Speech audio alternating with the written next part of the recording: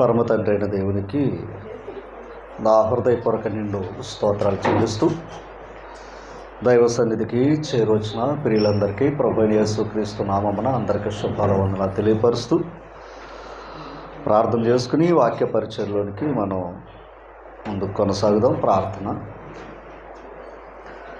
సకలాశీర్వాదాలకు కారణభూతుడు అయిన మా ప్రియ పరలోక తండ్రి, మీ ఘనమైన అతి శ్రేష్టమైన నామమునకు స్తోత్రాలు స్తుతులు చెల్లిస్తూ ఉన్నాం తండ్రి. ఈ దినము మరొక పర్యాయముగా మీ మాటలు నేర్చుకోవాలని ఆశపడుతూ ఉన్నాం. మమ్మల్ని బలపరచండి. మా జీవితాలకు కావలసిన మాటలు మీ సన్నిధికి మరొకగా నా తండ్రి మీ అందు ఆనందించడానికి అటు విశ్వాస సంబంధమైన మాటలను ఈరోజు మాకు నేర్పించి మమ్మల్ని బలపరచండి. ప్రయాసపడి వచ్చిన వారందరినీ దీవించండి తండ్రి.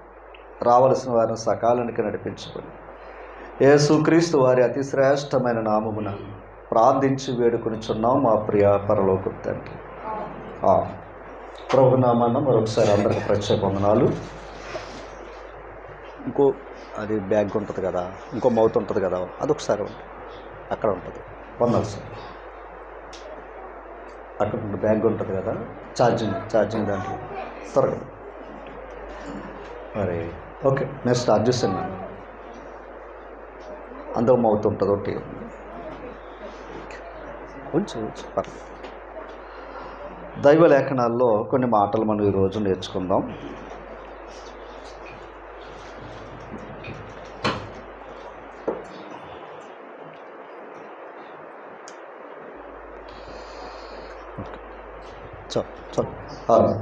చల్ దైవ లేఖనాల్లో మరి ఇంకో అది అలా వచ్చు, పర్లేదు అలా వచ్చు, కూర్చో. కీర్తన గ్రంథంలో భక్తుడు 51వ కీర్తనలో భక్తుడు కోరుకుంటున్న ఒక మాటను ఈరోజు మనం జ్ఞాపకం చేసుకుని ముందుకు వెళ్దాం. కీర్తన గ్రంథంలో 51వ కీర్తన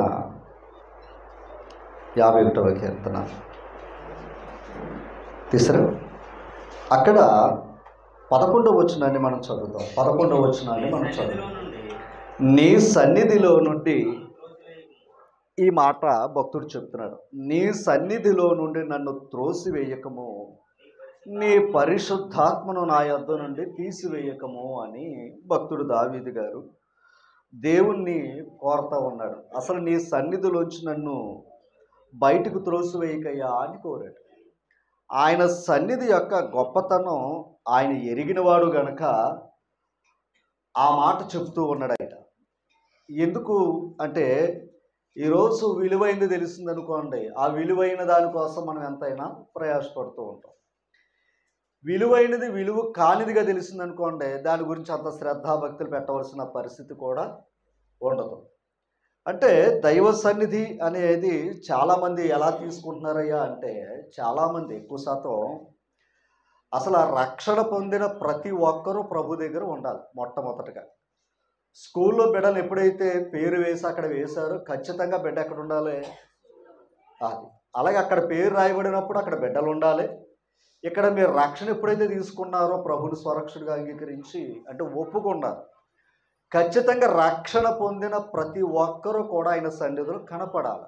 మిగిలిన వారు తర్వాత, అంటే వారు వద్దని కాదు, మీరు వస్తే వారు వస్తారు.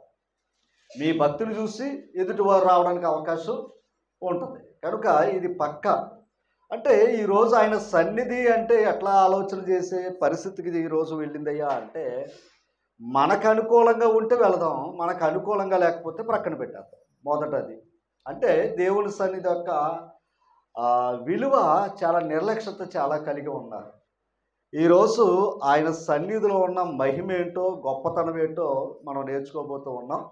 ఈ పాట వినిన తర్వాత అప్పుడు ఈ వాక్యమే మీకైనా నాకైనా తీర్పరిగా ఉంది.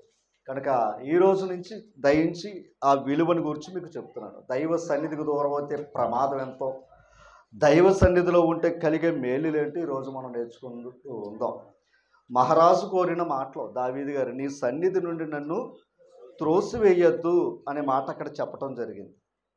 ఒక మాట మనం చూద్దాం. కీర్తన గ్రంథం 27వ అధ్యాయము, కీర్తన గ్రంథం 27వ అధ్యాయము కూర్చోండి. కీర్తన గ్రంథం 27వ అధ్యాయము 10వ వచనాన్ని మనం చదువుతాం. వందల రూపాయలు ఎదరికి. నా తల్లిదండ్రులు నన్ను విడిచినను యెహోవా నన్ను చేరదీనుకు చెదరకొచ్చాడు. మీరు ఎప్పుడైనా సరే కూర్చున్నప్పుడు ఎదరకొచ్చేస్తే చాలా మంచిది.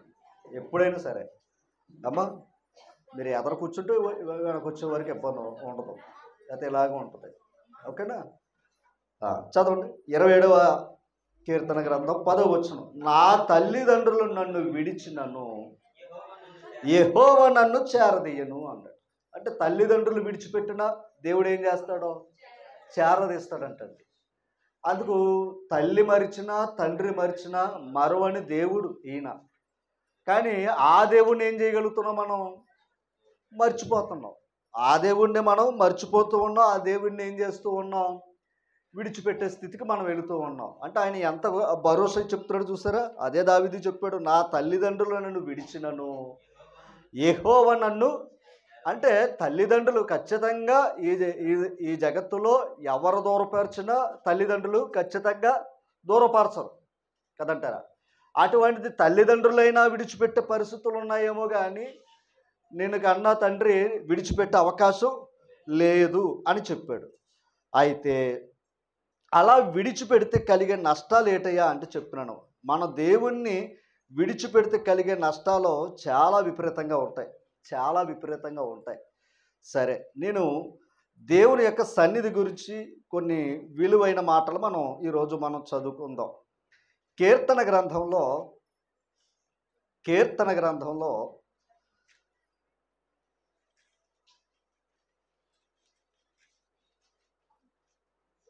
34వ కీర్తన తీసారా? 34వ కీర్తన 3వ వచనాన్ని చదువుతాం. 3వ వచనాన్ని చదువుతాం. మనసు పెట్టండి. ఎక్కడి నుంచి మనం ప్రయాణం చేయాలి. నాతో కూడి అంటే అందరూ కూడి ఏం చేసుకోవాలి? ఆయన్ని గణపరచాలి. తర్వాత మనము ఏకముగా కూడి ఆయన నామమును గొప్ప చేయుదుము. అది మనకు అప్పగించిన పని. అది ఆయన గుణాతిశయములు ప్రచురించేయటానికి మనం ఇక్కడ ఉన్నాం అండి. తర్వాత వచ్చేద్దాం. ఈ మార్చడం, నేను యెహోవా యొద్ద విచారణ చేయగా ఆయన నాకు ఉత్తరం ఇచ్చును. అంటే దేవుని దగ్గర విజ్ఞాపన చేస్తే దేవుడే దానికి ఏమిస్తాడంట? తర్వాత మాట, నాకు కలిగిన భయములన్నిటిలో నుండి ఆయన నన్ను, అది మనకు కలిగిన భయములన్నిటిలో కూడా దేవుడు ఏం చేస్తాడో తప్పించగలడు. తర్వాత కిందకి వెళ్దాం. వారు ఆయన తట్టు చూడగా వారికి వెలుగు కలిగెను. అది గొప్ప భాగ్యం. అంటే దేవుని తట్టు చూసేవారికి ఏం కలుగుతుంది అని చెప్పి 6వ వచనం, ఈ దీనుడు మొర్ర పెట్టగా యెహోవా ఆలకించెను. అంటే దేవుని దగ్గర ఎలా మొరపెట్టాలి?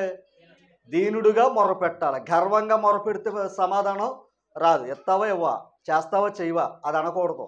దేవా నీ చిత్తమైతే అని మనం ఏం చేసుకోవాలి? అడగాలి అండి. తర్వాత చూడండి, అతని శ్రమలన్నిటిలో నుండి అతన్ని రక్షించెను. తర్వాత ఈ పాయింట్ అంటే ఇప్పుడు మనం ఆయన నామమును కూడి ఏం చేస్తున్నాం? గణపరుస్తున్నాం. ఇప్పుడు ఏం చేస్తున్నాం? ఇక్కడ గణపరుస్తున్నాం. అంతే, ఆయన సన్నిధే కదా.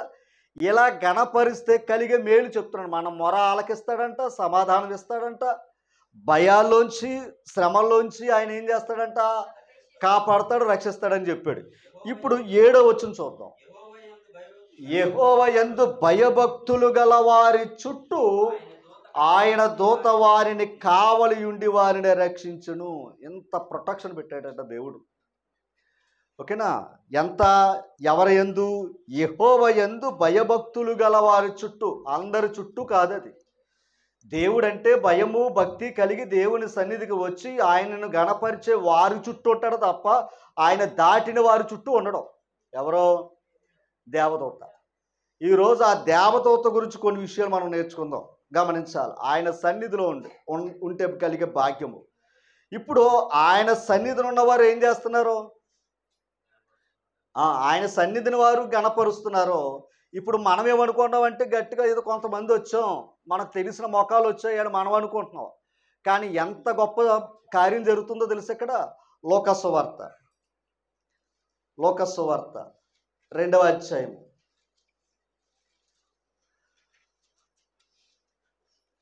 ఒక మాట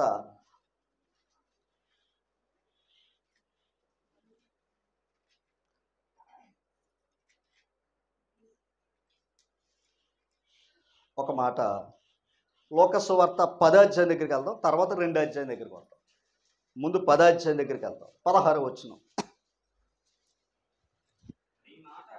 నీ మాట అమ్మా 62వ పేజీ లోకసువార్త 10వ అధ్యాయం 16 వచనం. మీ మాట యేసు ప్రభు అపోస్తులకు చెప్పిన మాట, మీ మాట వినువాడు నా మాట వింటాడో అన్నాడు. మీ మాట వింటే వారు ఎవరి మాట విన్నట్టు? నా మాట వింటాడో అని చెప్పాడు. తర్వాత మిమ్మును నిరాకరించువాడు, మీ మాట ఎవరైతే వినకుండా నిర్లక్ష్యం చేస్తాడో వాడు నా మాటను కూడా ఏం చేసినట్టు? నిరాకరిస్తాడు అన్నాడు. ఒక చిన్న ఉదాహరణ. యేసు ప్రభు అపోస్తులకు ఇచ్చిన ఆజ్ఞ ఏంటి? నన్ను జ్ఞాపకం చేసుకోండిరా అని ఇచ్చాడు ఆజ్ఞ, అంతేనా? అపోస్తులు ఏం చేశారు? ఇది నేను ప్రభు వలన పొంది తినని పౌలు గారు ఏం చేశాడు? కొరింథీ పత్రికలో జ్ఞాపకం చేస్తూ ఉన్నాడు. అంటే ఇప్పుడు ప్రభు అపోస్తులకు ఇచ్చిన మాట ఏదైతే సంఘం వింటుందో అది ఆయన మాట విన్నట్టు గౌరవం. సంఘం ఎప్పుడైతే ఆయన మాట వినలేదో, అపోస్తుల మాట వినలేదో, ఆయన మాట వినలేదని అర్థం. ఓకేనా? అంతేనా? తర్వాత చూడండి. మీ మాట వినువాడు నా మాట వినును, మిమ్మును నిరాకరించువాడు నన్ను నిరాకరించును. తర్వాత మాట, నన్ను నిరాకరించువాడు నన్ను పంపిన తండ్రిని కూడా నిరాకరించాడు. ఎంత ఉంది. ఈరోజు ఒక దైవ సేవకుడి దగ్గర గ్రంథం ఉండి మాట్లాడుతుంటే కేవలం ఏమనుకోకండి సుమా, భౌతికంగా చూసుకోకండి. ఇప్పుడు కూడా ఆయన పనే ఉంది, ఇంకా అదే చెప్తాడు, అదే గొడవ, ఆయనకి ఏంటండి అని అనుకోవచ్చు. అనుకునేవారు ఉండొచ్చు, అది నేను చెప్తుంటా. అనుకోలేకపోతే చాలా మంచిది. అయితే ఇప్పుడు దైవ సేవకుడు ఎవరి మాటలు చెప్తున్నాడు? అది యేసు ప్రభు వారి మాటలు చెప్తున్నాడు. యేసు ప్రభు ఎవరి మాటలు చెప్పాడు అంటే, దైవ సేవకుడు వెనకాల ప్రభు ఉన్నాడో, ప్రభు వెనకాల తండ్రి ఉన్నాడు. నా వెనకాల డోర్ కట్టిన ఉందని అనుకోకండి, అదనమాట ఆ పవర్ అది. ఇప్పుడు ఈ మాటలు ఎవరు వినాలి? మీరు వినాలి. మీరు వినలేదనుకోండి, నా మాట వినలేదనుకో, ఈయన చెప్పేది ఏంటంటే పక్కనెట్టారు అనుకోండి, వెనకాల ఇద్దరు మాటలు కూడా మీరు ఏం చేసినట్టు? పక్కన పెట్టినట్టు అర్థం అనమాట, విపులంగా చెప్పాలి అంటే. ఓకేనమ్మా? ఎంత అధికారం చెప్పాడు. సరే, యేసు ప్రభు లోకానికే ఏం చెప్పాడు? అసలు ప్రాముఖ్యమైన మాట, తండ్రిని యథార్థముగా ఆరాధించువారు, అదే కదా చెప్పాడు. అంటే ఆరాధన గురించి చెప్పాడా లేదా? ఎవరు చెప్పారు? యేసు ప్రభు చెప్పాడు. ఎవరి కోసం చెప్పాడు? ఆ తర్వాత యేసు ప్రభు వెళ్ళిన తర్వాత అపోస్తులు ఏం చేసేవారు? ఆ ఆరాధన చెప్తూనే ఉన్నారు, ఆరాధన చేస్తూనే ఉన్నారు. ఓకేనా? ఇప్పుడు ఆ ఆరాధనలు అందరూ కూడా ఏమై ఉండాలి? పాలుభాగస్తులే. ఆరాధన యొక్క విలువ గురించి నేను చెప్తున్నాను అనమాట. ఓకేనా? ఈ కుర్చీలు, గోడలు, ఉడుకులు, లేదా పిల్లల ఆలోచనలు ఇవన్నీ మనసులోకి రానివ్వకుండా, అందరికంటే ఇక్కడ గొప్ప శక్తుడు పనిచేస్తుంది. అది కనపడదు అది. ఆ కనబడని శక్తి ఈరోజు ఇప్పుడు తండ్రి ఉన్నాడా లేదా ఆరాధనలో? కుమారుడు ఉన్నాడా లేడా? పరిశుద్ధాత్ముడు ఉన్నాడా లేడా? ఉన్నారు. ఈ ముగ్గురు దేవుని యొక్క కుటుంబంలో ప్రాముఖ్యమైన వ్యక్తులు. ఇప్పుడు వాళ్ళు ఉన్నారు, వాళ్ళ ద్వారా ఇప్పుడు మనం ఉన్నాం, అంతేనా? కానీ ఇక్కడ ఒక గొప్ప వాక్యం ఏంటంటే, ఇంకా 2 విషయాలు ఉన్నాయి మనకు కనపడని. ఒకటి లోకసువార్త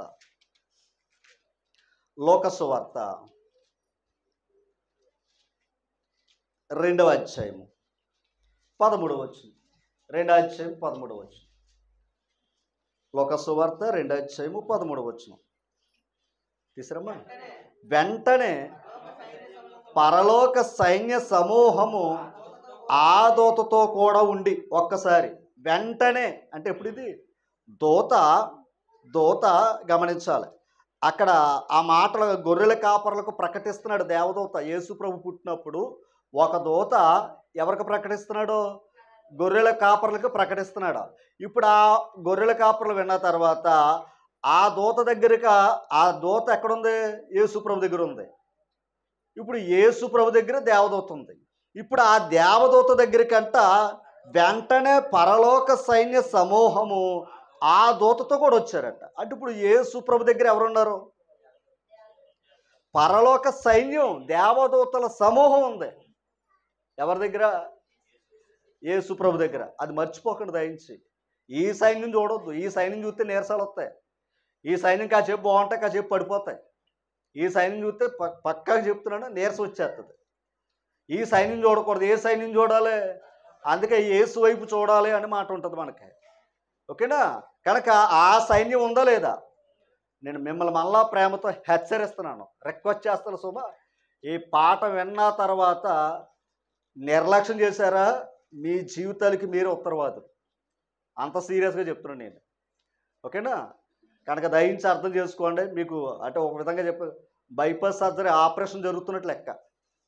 మీరు పడుకుని వింటారో, నుంచుని వింటారో, లేదా నిర్లక్ష్యం చేస్తారో, విడిచిపెడతారో మీ ఇష్టం. ఆపరేషన్ జరుగుతుంది. మీకు ధైర్యం ఉండి విశ్వాసం ఉంటే బతికి బయటకు వస్తారు. లేదనుకోండి అంతే. మా ప్రయత్నం మేము చేసామండి, మా ప్రయత్నం మేము చేసాం. కానీ అతనికి ఏమి లేదు, బతకాలని కోరిక లేదు కనుక దాని మీద భయపడిపోయి చచ్చిపోయి అంటారు. అంతేనా? అదే కదా చెప్తారు అక్కడ. అలాగే ఇంత వాక్యము, ఇంత దైవ సన్నిధి ఉన్నప్పుడు కూడా దీన్ని పక్కనెట్టారంటే మనకంటే దౌర్భాగ్యం ఇంకెవరు ఉండరు.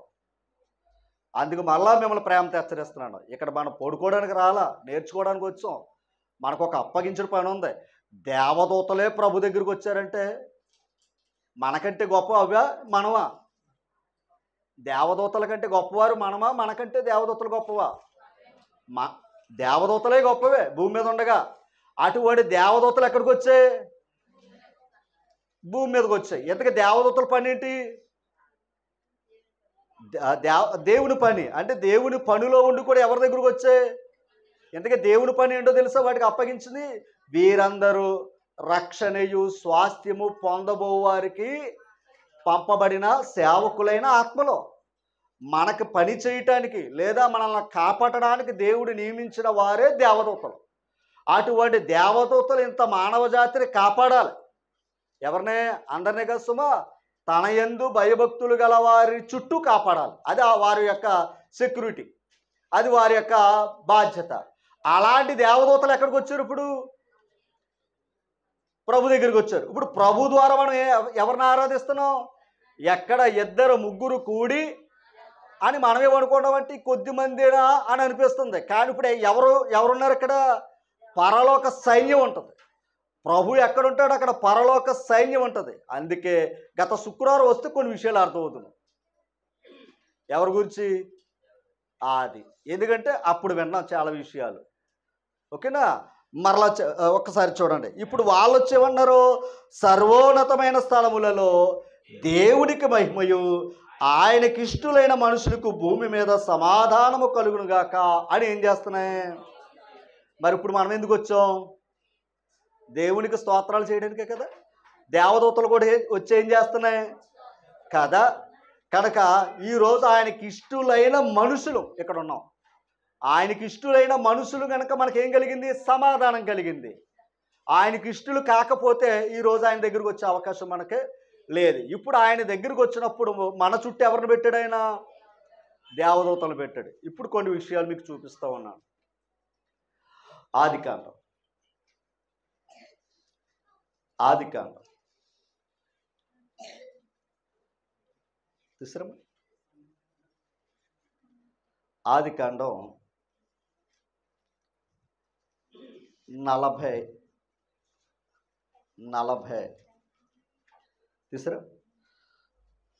16 వచ్చు. 48 అధ్యాయం 16 వచ్చు. 48 అధ్యాయం 16 వచ్చు. ఆదికాండం ఏమా తీసరా చూడండి. అనగా సమస్తమైన కీడులో నుండి నన్ను తప్పించిన దూత. ఎవరు తప్పించారంట? యాకోబు తన కుటుంబాన్ని, యాకోబు కలిగిన కీడులోంచి తప్పించింది ఎవరు? ఎందుకు తప్పించాడు? దేవుడు ఎవరిని ఏర్పాటు చేశాడు? అదనమాట. దేవుడు ఏర్పాటు చేసిన వారు ఎవరయ్యా అంటే దేవదూతలు. అంటే ఇప్పుడు యాకోబు యొక్క కుటుంబాన్ని కాపాడిన వాడు ఎవరో? దేవదూత. ఓకేనా? దేవదూత. తర్వాత మాట చూడండి, నన్ను తప్పించిన దూత ఈ పిల్లలను ఆశీర్వదించునుగాక. ఈ పిల్లలను ఆశీర్వదించునుగాక అంటే ఆ దేవదూత ఏం చెయ్యాలి? ఆశీర్వదించాలి. దేవదూత రక్షిస్తున్నాడు, దేవదూత ఆశీర్వదిస్తున్నాడు.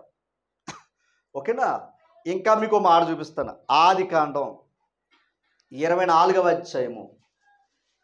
ఆదికాండం 24వ అధ్యాయము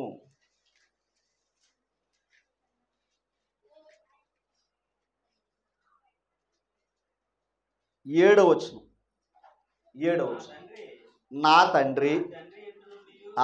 తండ్రి ఎంట నుండి నేను పుట్టిన దేశము నుండి నన్ను తెచ్చి నాతో మాట్లాడి నీ సంతానమునకు ఈ దేశమును ఇచ్చేదనని ప్రమాణము చేసి నాతో చెప్పిన పరలోకపు దేవుడగు. ఒకసారి ఏ దేవుడు అంటేనా?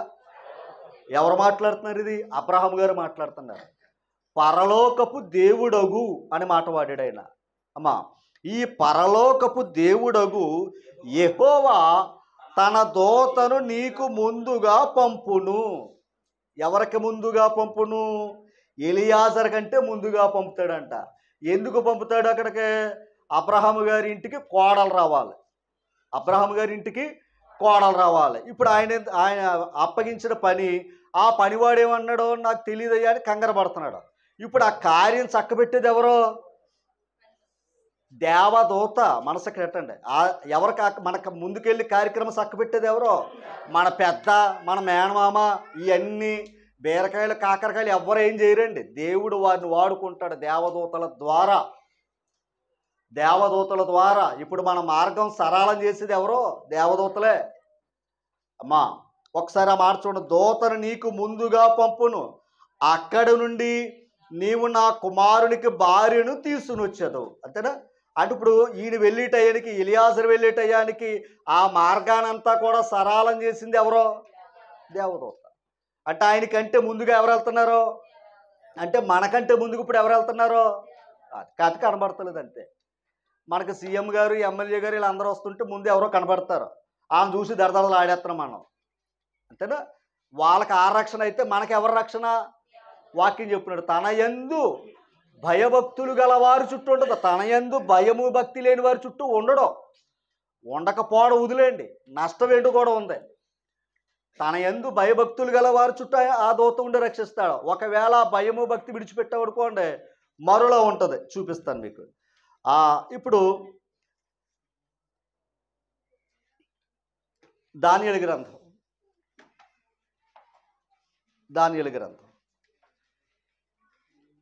తీసారా? 6వ అధ్యాయం 22వ వచనం. దానియేలు గ్రంథం 6వ అధ్యాయము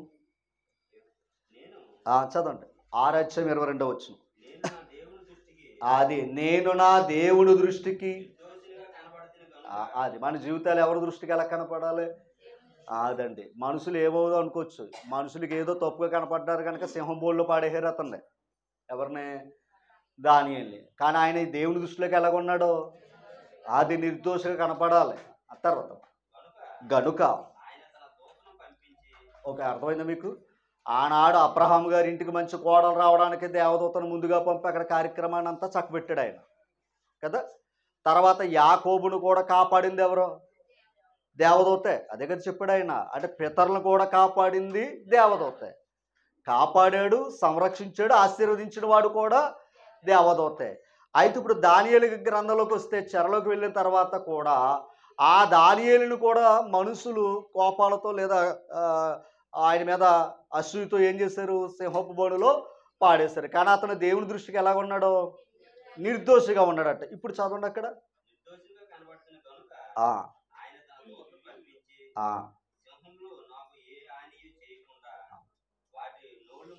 అంటే ఇప్పుడు దేవదూత వెళ్ళి ఆ సింహాల నోరుని ఏం చేయించాడంట? మూయించాడు. అంటే దేవుడు ఎవరిని పంపాడు అక్కడికి? దేవదూతను పంపాడు. దేవదూత వెళ్ళి ఆయనకి సింహాలు ఏమైనా నోరు మూయించాడట. అంటే ఇప్పుడు ఆ దేవదూత యొక్క ప్రొటెక్షన్ ఎందుకు వచ్చింది దానియేలుకి? దేవుని యందు భయము భక్తి కలిగిన వారికి. ఓకేనా. తర్వాత తర్వాత అపోస్తుల కార్యాల దగ్గరికి వెళ్దాం. చూడండి, అపోస్తుల కార్యాలు 5వ అధ్యాయము. అపోస్తుల కార్యాలు 5వ అధ్యాయము సరే 19వ వచనం. అయితే ప్రభుదూత ఒకసారి 18. అపోస్తులను బలాత్కారంగా పట్టుకుని పట్టణపు చెరసాలలో ఉంచిరి, అంటే జైల్లో పడేశారంట. ఎవరిని? అపోస్తుల్ని. ఇప్పుడు చూడండి, అయితే ప్రభుదూత రాత్రివేళ ఆ చెరసాల తలుపులు తీసి వారిని వెలుపులకు తీసుకుని వచ్చి, మీరు వెళ్ళి దేవాలయమును నిలబడి వెళ్ళి వాక్యం చెప్పుకోండి అన్నాడట. మరలా అంటే ఇప్పుడు ఆ చెరసాల నుంచి విడిపించింది ఎవరో? అదినే అంటున్నా. ఇప్పుడు మనం కూడా చెరసాలకి వెళ్ళామనుకోండి, విడిపిస్తాడా? విడిపించటానికి దేవుడు ఇందాక అబ్రహాం గారి కోడల విషయంలో ఎలాగైతే మార్గం సరళం చేశాడో అలా సరళం చేస్తాడు. అర్థమైందండి? వారి హృదయాలు ఏం చేస్తాడో అదనమాట. ఓకేనా. ఇక్కడ ఇది ఇలా అర్జెంట్. ఇది ఏది? వాళ్ళు వచ్చి బయటకు సువార్త ప్రకటించడం అనేది అవసరం కనుక వారిని విడిపించవలసి వచ్చింది. అమ్మా అంటే అన్నీ ఒకేలా జరగవు. ఆ పరిస్థితులు బట్టి, అక్కడ అవసరాతలు బట్టి జరుగుతూ ఉంటాయి. ఓకేనా. తర్వాత 18వ అధ్యాయము 7వ వచనం. 18వ అధ్యాయం 7వ వచనం. ఎవరో? పేతురు గారే.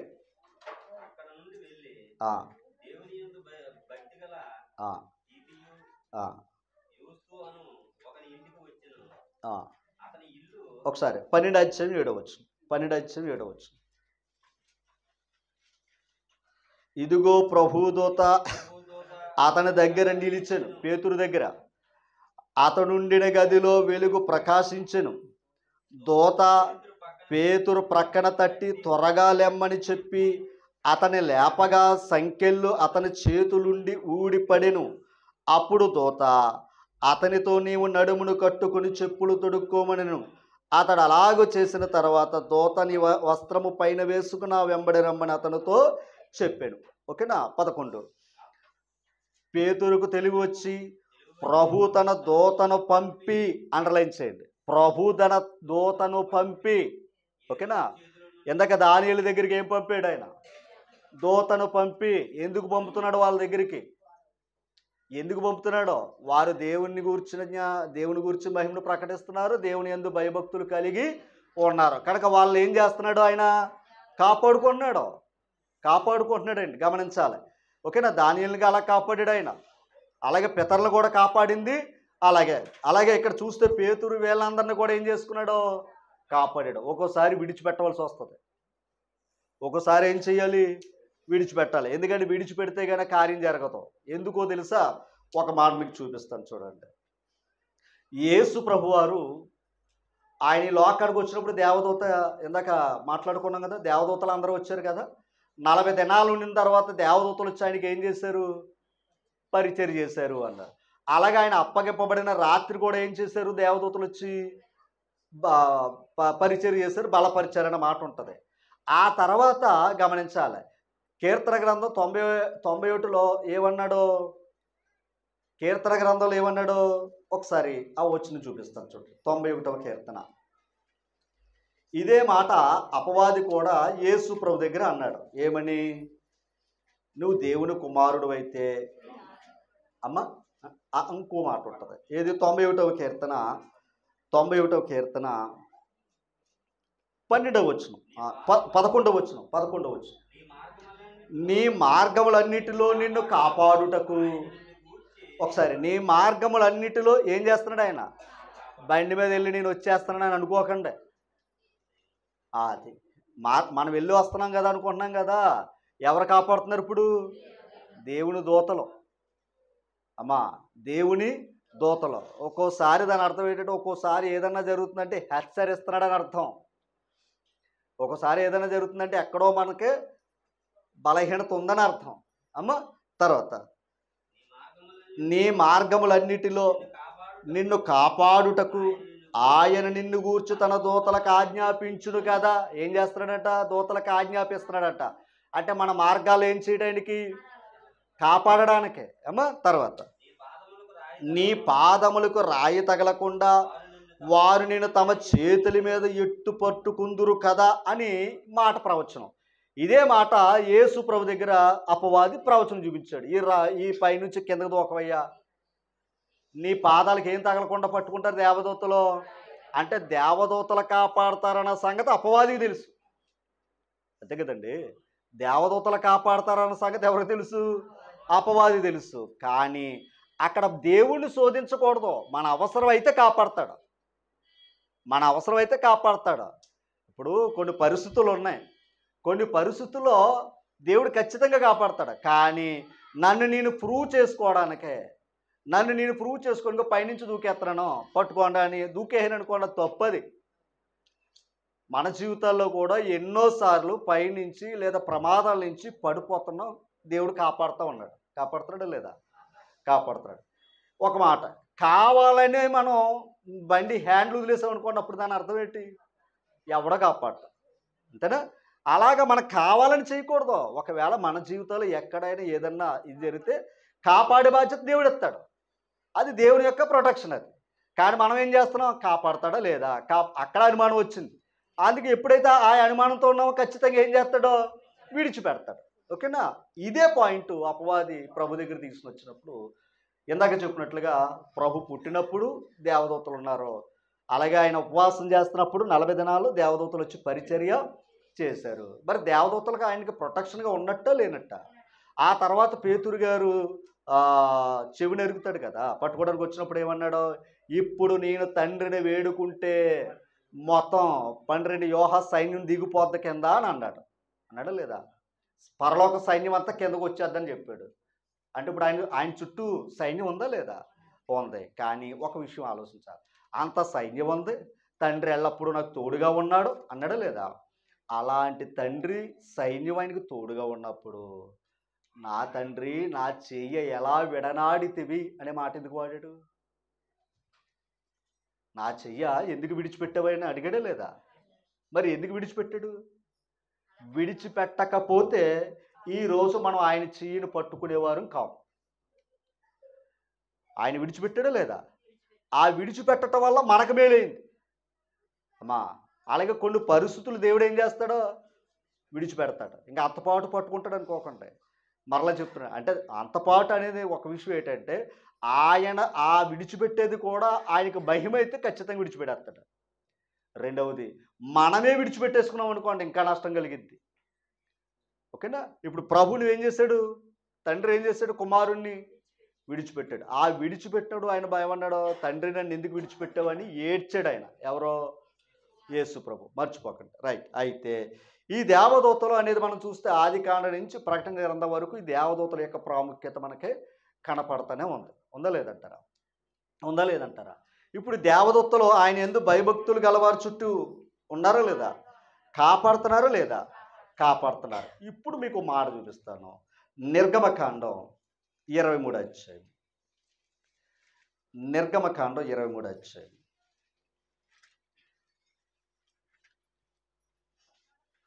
తీసారా? 20 వచనం.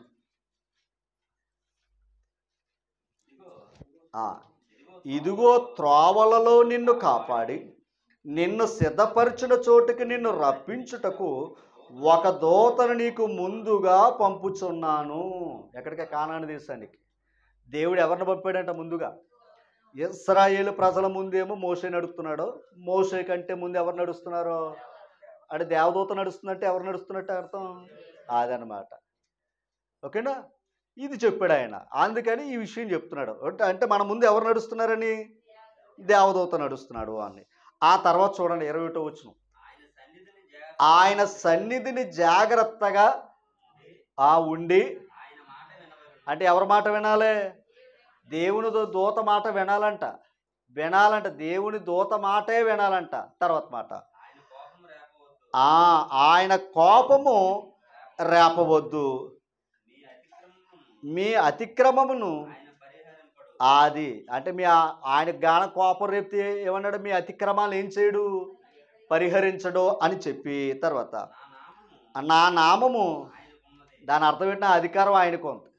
నా దగ్గర ఎలా మసులుకుంటున్నారో అలాగే దేవుని దూత దగ్గర కూడా అలాగే మసులుకోవాలి అని చెప్పి 22వ వచనం, అయితే నీవు ఆయన మాటను జాగ్రత్తగా విని నేను చెప్పినది యావత్తు చేసిన ఎడల నేను నీ శత్రువులకు శత్రువులను, నీ విరోధులకు విరోధునై ఉందును.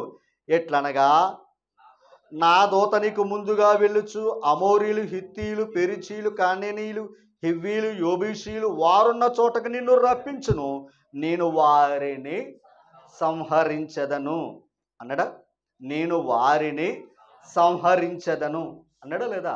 అంటే ఆ దూత రక్షించేవాడు, సంహరించేవాడు. అర్థమైందండి? రక్షించేవాడు, రక్షించేది ఎవరినే? ఆయన యందు భయభక్తులు గల వారిని రక్షిస్తాడు. సంహరించేది ఎవరే? ఆయనకు వ్యతిరేకంగా ఉన్న వారిని ఏం చేస్తాడో. అందుకే అస్సూరు రాజ్యం ఒక దూత వెళ్ళాడు, దేవుడు ఒక దూతను పంపాడు, 185,000 మంది చచ్చిపోరు. ఒక్క దూత. లక్షల మంది ప్రయాణం చేసి వస్తున్నారు ఇశ్రాయేలు ప్రజలు, కానీ ముందు ఎవరున్నారని చెప్తున్నాడు, దూత అన్నాడు. ఆ దూతను తేలిగ్గా తీసుకోకూడదు, ఆ దూతని తేలిగ్గా తీసుకోకూడదు. ఇప్పుడు ఆ దూత ఎంతమందిని చంపిందంట? ఒక్క దూత 180,000 మందిని. మరి యేసు ప్రభు మొత్తం సైన్యం దిగిందంటే ఏమైపోతుంది లోకం? ఒక్కడ బతుకుంటాడు భూమి మీద. ఓకేనా? రైట్. అయితే ఇప్పుడు మనకి ఐగుప్తు దేశంలో తొలుచూలు సంతానాన్ని, ఐగుప్తుల యొక్క సంతానాన్ని ఏం చేశాడు ఆయన? 23వ వచనంలోకి వెళ్తే, నిర్గమకాండ 12వ అధ్యాయము, సమయం లేదు కానీ నేనే చదివేస్తున్నాను. 23వ వచనం చూడండి. యెహోవా ఐగుప్తును హతము చేయుటకు దేశ సంచారము చేయుచు ద్వారపు బంధపు పై కమ్మి మీదను 2 నిలువు కమ్ముల మీద ఉన్న రక్తమును చూచి, యెహోవా తలుపు దాటిపోవును, మిమ్మును హతము చేయుటకు మీ ఎండ్లలో సంహారకుని చొరనీయడు. అంటే సంహారక దూత అన్నారండి అతన్ని. అంటే ఐగుప్తులు తొలి సంతానాన్ని ఏం చేశాడు? సంహారక దూత. ఆ దూత ఇశ్రాయేలు వారిని ఏం చేశాడు? అదనమాట. ఆ దూత వీళ్ళని రక్షించాడు, వీళ్ళ శత్రువులను శిక్షించాడు. మర్చిపోద్దు. ఇప్పుడు ఆయన మాట వినకపోయామనుకోండి, సంఖ్యాకాండం. ఆయన మాట మనం వినలేదనుకోండి, సంఖ్యాకాండం 22వ అధ్యాయము 130వ పేజీ, పాత నిబంధనలో 22వ అధ్యాయం 23వ వచనం. యెహోవా దూత అంటే ఇప్పుడు యెహోవా దూత ఏం పట్టుకుని ఉందంట? ఖడ్గము దూసి చేత పట్టుకుని త్రోవలో నిలిచియుండుట ఆ గాడిద చూచెను గనుక అది త్రోవను విడిచి పొలములోనికి పోయాను. ఇంతకే యెహోవా దూత ఏం పట్టుకుని ఉందంట? ఖడ్గం పట్టుకుని ఉందంట. ఎవరి కోసం? బిలాము గారి కోసం. బిలాము ఎవరో? దేవుని ప్రవక్త. బిలాము ఎవరో? దేవుని ప్రవక్త. అంటే దేవుని యొక్క ప్రవక్త దేవుని మాట వినలేనందుకు దేవదూత ఇప్పుడు ఏం పట్టుకున్నాడు? మరి మోసే ముందు ఎవరు నడిచారు? ఆయన ప్రవక్తే. దేవుని మాట విన్నాడు కనుక ముందు నడిచాడు. దేవుని మాట వినలేదనుకోండి, ఏమంటున్నాడు అక్కడ? అమ్మ ఏమంటున్నాడు ఆయన? శిక్షిస్తాను అంటున్నాడు ఆయన. ఒక్క మాట.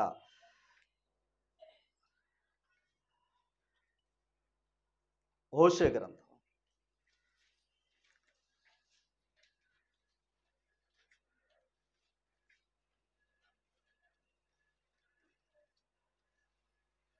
3 క్షమించాలి, జకర్యా గ్రంథం తీయండి. జకర్యా గ్రంథం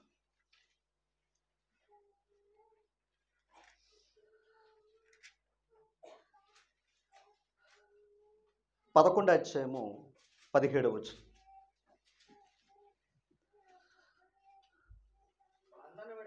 మందను వెడనాడు, మంద అంటే ఇశ్రాయేలు వారిని విడిచిపెట్టే పనికి మాలిన కాపరికి శ్రమ.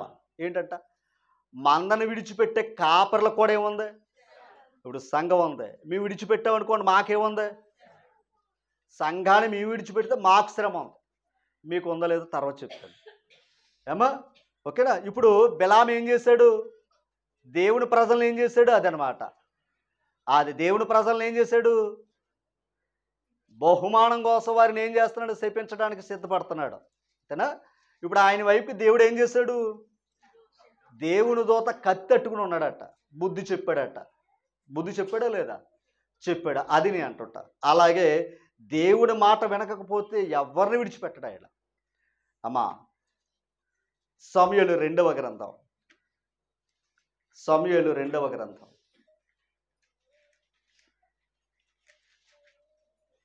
తీసారా? 24వ అధ్యాయము, 24వ అధ్యాయము. దావీదు చేసిన పొరపాటు, ఓకేనా, అంటే సైన్యాన్ని లెక్క పెట్టాడట. అపవాది వెళ్ళి ఏం చేశాడు? ప్రేరేపించాడట. ప్రేరేపిస్తే సైన్యాన్ని ఏం చేశాడంట అతను? అమ్మా ఏం చేశాడు? లెక్క పెట్టాడట. అది దేవునికి ఇష్టం కాదంట. అప్పుడు 3 విషయాలు పెట్టాడంట అతని మీద. ఎవరి మీద? దావీదు మీద 3 విషయాలు పెట్టాడట. ఆ 3 విషయాలు ఏంటయ్యా అంటే 12వ వచనం, 24:12 నుంచి చదివితే అందులో ఒకటే నేను చదువుతాను, సమయం లేదురా.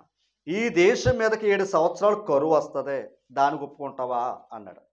రెండవది, నీ శత్రువు వచ్చి నిన్ను తరుగుతాడు, నీ శత్రువు వచ్చి నిన్ను తరుగుతాడు, ఓకేనా, నీ శత్రువు వచ్చి నిన్ను తరుగుతాడు.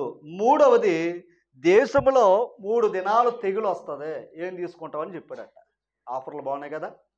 7 సంవత్సరాలు కరువు వస్తుంది, కరువు ఇష్టమా? లేదా నీ శత్రువు వచ్చి నిన్ను ఏం చేస్తాడో? తరుగుతాడు, దానికి ఒప్పుకుంటావా?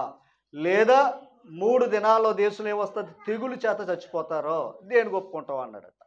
ఇప్పుడు దావీదు గారు ఏమయ్యారు తెలుసా? చాలా బాధపడ్డాడట. ఆయన చేసిన నిర్లక్ష్యం ఎవరి మీద పడ్డది అమ్మా? ఎందుకు పడ్డది? ఎందుకు పడ్డది చెప్తాను. ఇప్పుడు ఆ 15వ వచనం చూడండి. అందుకు యెహోవా ఇశ్రాయేలు మీదకి తెగులు రప్పించగా ఆ దినము ఉదయం మొదలుకొని సమాజ కూటపు వేళ వరకు అది జరుగుచుండెను. అందుచేత దాని నుండి బెయేర్షెబా వరకు 70,000 మంది, ఓకేనండి, ఇంతకేంటంటే ఉదయం నుంచి సాయంకాలం వరకే 70,000 మంది చచ్చిపోరంట. ఇంకా రాత్రి మరో 2 రోజులు అయితే ఇంకెంతమంది చచ్చిపోదురు? ఆ సంఘటన చూసి చూడండి అక్కడ. అయితే దూత యెరూషలేము పైన హస్తము చాపి నాశనము చెయ్యబోయినప్పుడు, ఎంతగా తెగులు రావడానికి కారణం ఎవరు? దూత. శిక్షించింది ఎవరు అక్కడ?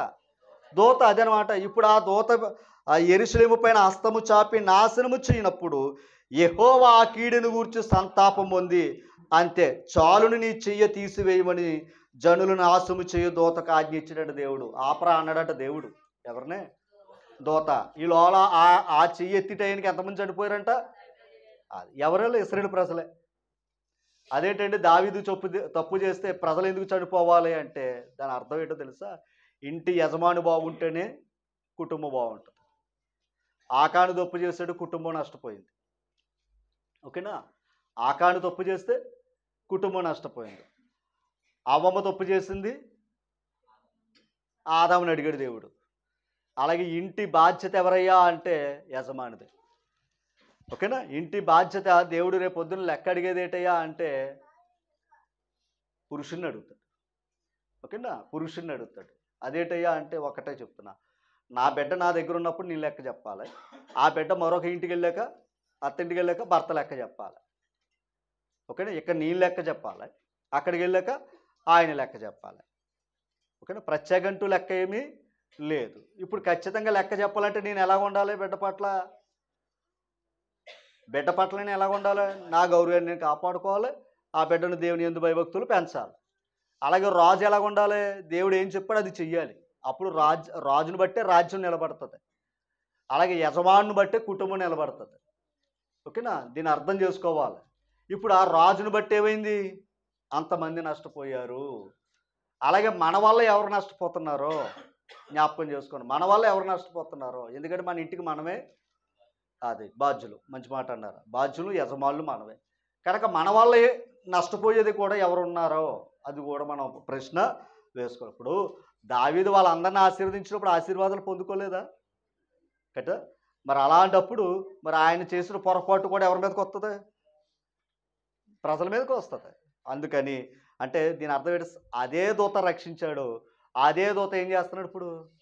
అది ఎందుకు అంటే ఆయన యందు భయము భక్తి ఎప్పుడైతే విడిచిపెట్టామో ఎలా తిరుగుతాడు. ఆయన మాట వినలేదనుకోండి, ఏమవుతున్నారో మనకా శిక్ష వస్తుంది. అందుకని ఈ మాటలు మరొకసారి జ్ఞాపకం చేసుకోవాలని కోరుతా ఉన్నాను. అయితే ఇలా దేవదూతల గురించి ఎన్నో ప్రొటెక్షన్ ఉన్నాయండి. ఒక మాట చెప్పాలి అంటే మన ప్రభులోనికి వచ్చినప్పటి నుంచి మన చుట్టూ దేవదూతల రక్షణ అనేది ఉంది. మన చనిపోయేంత వరకు కూడా మనల్ని కాపాడేది ఎవరు? అందుకే యాకోబు ఏమన్నాడో, వృద్ధాప్యులు చెప్పిన మాట అదే, నన్ను కాపాడిన వాడెవరో దూత, దేవుడు పెట్టిన రక్షణ ఈ దూత అని చెప్పాడు. చనిపోయిన తర్వాత కూడా మనల్ని పరదేశి తీసుకెళ్ళేది కూడా ఎవరో తెలుసా? దేవదూతలే. అందుకే దరిద్రులు చనిపోయినప్పుడు ఎవరు వచ్చారు? అది అంత బాధ్యత. అంటే ఒక మాట మరలా చెప్తాడు, ఒక మాట దీన్ని మనసు పెట్టుకోండి. మన జీవిత కాలంలో దైవ సన్నిధిని ఎప్పుడైతే విడిచిపెట్టామో దేవదూతల రక్షణ మనకు ఉండదు. అర్థమైందా మీకు? మన దైవ సన్నిధిని విడిచిపెట్టామా మనకి ఏ ప్రొటెక్షన్ ఉండదో. అందుకే మాట చెప్తాడు, మనం దేవుని సన్నిధి విడిచిపెట్టడం ఎంత బాగుంటుంది. నేను మరలా చెప్తున్నాను, విడిచిపెట్టిన వారికి ఖచ్చితంగా ఏముంటాయి చెప్పండి. నేను అంటాను సుమా, ఎందుకంటే వారేం చేశారు? దేవదూతలు కూడా ఏం చేశారు? విడిచిపెడితే ఏమొస్తాయి అమ్మా? అర్థం చేసుకోండి దయించి. అందుకే ఇప్పుడు తప్పిపోయిన కుమారుడే కదా పాఠం నేర్పుతా, తండ్రిని విడిచిపెట్టడం వల్లే కదా కలిగిన నష్టం అది అమ్మా. కొన్ని మాటలు మీకు చూపిస్తాను చూడండి, విడిచిపోవటం వల్ల కలిగే నష్టాలు చూపిస్తాను చూడండి.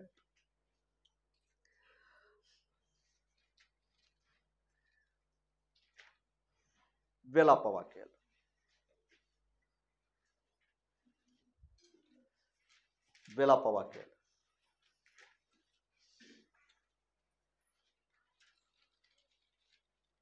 తీసారా?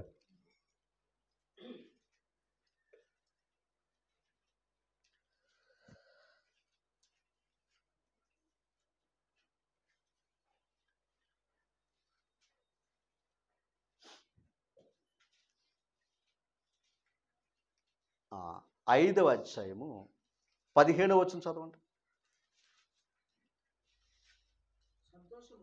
అండర్లైన్ చేసుకోండి అండి. సంతోషము మా హృదయమును, ఓకేనా? హోషే గ్రంథం 9వ అధ్యాయం 12వ వచనం. హోషే గ్రంథం 9వ అధ్యాయం 12వ వచనం. వారు తమ పిల్లలను పెంచినను, ఎంత దారుణమో మాట చూడండి, వారికి ఎవరూ లేకుండా తర్వాత నేను వారిని విడిచిపెట్టగా. అదే ఒక మాట అర్థం చేసుకోండి దయించి. మనం ఎప్పుడైతే దేవుని విడిచిపెట్టామో దేవుడు మనల్ని ఏం చేస్తాడో ఖచ్చితంగా విడిచిపెడతాడు. యెరూషలేముని విడిచిపెట్టలేదా? ఆయన పరిశుద్ధ స్థలాన్ని విడిచిపెట్టలేదా అమ్మా? విడిచిపెట్టాడు లేదా? ఒకసారి అదే విలాపవాక్యాల దగ్గర రండి. అదే విలాపవాక్యాలు 2వ అధ్యాయము 7వ వచనం చదవండి. ప్రభువు దేన్ని విడిచిపెట్టాడంట? తన బలిపీఠాన్ని ఏం చేశాడంట? ఆయన బలిపీఠాన్ని విడిచిపెట్టడంలో ఏదైనా అంతరార్థం ఉందా? ఆ బలిపీఠం దగ్గర ఆయన ఉంటేనే మన పాపాలకు ప్రాయశ్చిత్తం కలిగిద్ది. బలిపీఠం దగ్గర ఆయన లేడనుకోండి, మన పాపాలు చేసి బలిపీఠం దగ్గరికి వెళ్ళినా కూడా క్షమించే అవకాశం అక్కడ మనకే ఉండదు. విడిచిపెట్టాడో లేదా? ఆ తర్వాత మాట చూడండి, తన పరిశుద్ధ స్థలమును అసహించుకొనెను. ఒకసారి తన పరిశుద్ధ స్థలాన్ని ఏం చేసుకున్నాడు? ఆయన అసహించుకున్నాడు. ఎందుకు అసహించుకున్నాడో? ఎవరు విడిచిపెట్టారు? అదనమాట. మనం ఎప్పుడైతే దేవుని విడిచిపెట్టామో దేవుడు ఏం చేస్తాడో? మనల్ని విడిచిపెడతాడంటే. అందుకు మనకేం కలుగుతాయి? శ్రమలు కలుగుతాయి. శ్రమలు వచ్చినప్పుడు ఇందాక చదువుకున్నాం ఏది? ఆ సంతోషము మా హృదయములో అంతే. అప్పుడు మీరు ఎప్పుడైనా సరే విడిచిపెట్టిన తర్వాత మొక్కలు చూడండి, విడిచిపెట్టిన తర్వాత కుటుంబాలు చూడండి, జీవితంలో ఎక్కడ లేని బాధలన్నీ అక్కడ ఉంటాయి. అవునంటారు కదంటారా? ప్రభునందు అది ఇక్కడ ఏముంది? ప్రభుతో ఉంటే ఏముంది? ఆనందం ఉంది. ప్రభుని విడిచిపెడితే ఏముంది? నేనంటలా ప్రభుని విడిచిపెడితే ఏముంది? బాధలు. ఒక మాట, బాధలు ఎందుకు వచ్చినాయి? దేవదూతలు విడిచిపెట్టారు కాబట్టి. దేవదూతలు విడిచిపెట్టారు కనుక దేవుని యందు భయభక్తులు ఉన్నప్పుడు ప్రొటెక్షన్ ఎవరో, మార్గాల సరళం చేసింది ఎవరో? మరి అటువంటి నువ్వు దేవుని విడిచిపెట్టావన్నావు కాదు, నీకు నీవే నీకు నీవే రక్షణ పోగొట్టేసుకున్నావు. ఇంకా భయంకరమైన మాటలు చూపించమంటారా? నీరసలు వచ్చేస్తా మీకు. సామెతల గ్రంథం విడిచిపెట్టిన పరిస్థితులు ఎక్కడున్నా మీకు చూపిస్తాను చూడండి. సామెతల గ్రంథం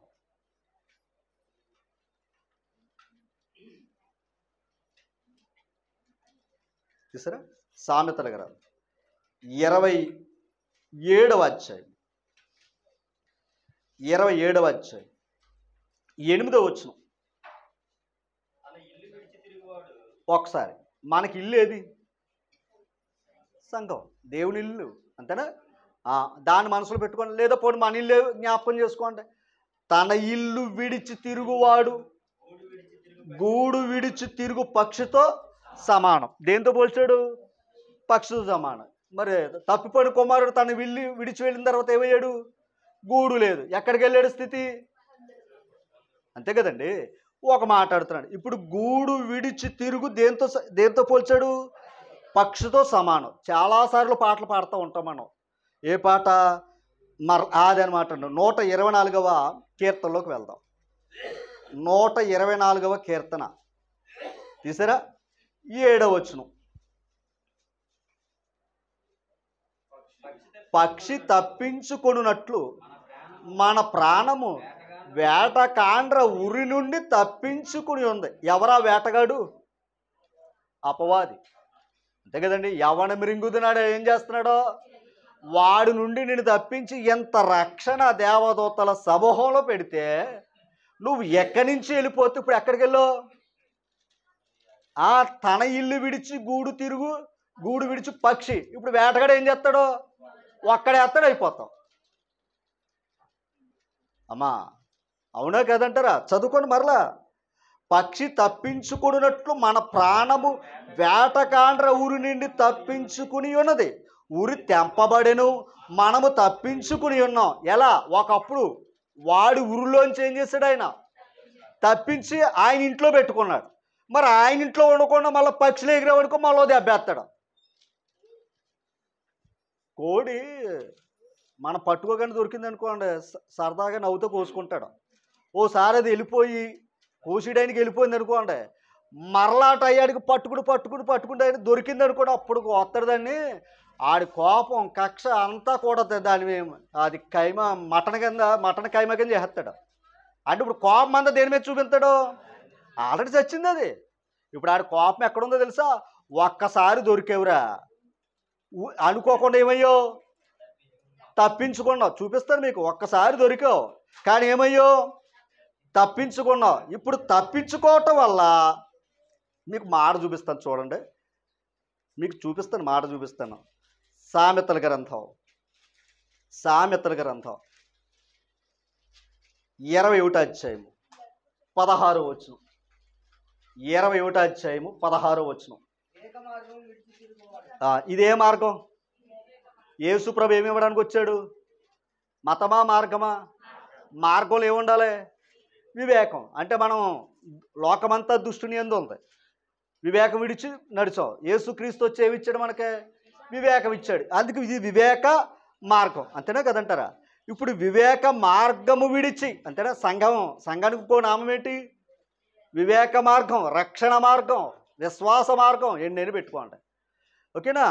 చూడండి. వివేక మార్గము విడిచి తిరుగువాడు ప్రేతల గుంపులో కాపురముండెను. అండర్లైన్ చేయండి. ఎక్కడున్నాడట ఇప్పుడు? ప్రేతల గుంపులో కాపురముండెను. దేని విడిచిపెట్టినాడు? దీన్ని విడిచిపెట్టాడు. ఎక్కడున్నాడో? ప్రేతల గుంపులో ఉన్నాడట. ప్రేతలు అనే మాటకు అర్థం తెలుసా? చనిపోయిన ఆత్మలో. చూపిస్తాను మీకు చూడండి. ఒకసారి కీర్తన గ్రంథం 22వ అధ్యాయం. కీర్తన గ్రంథం 22వ అధ్యాయం.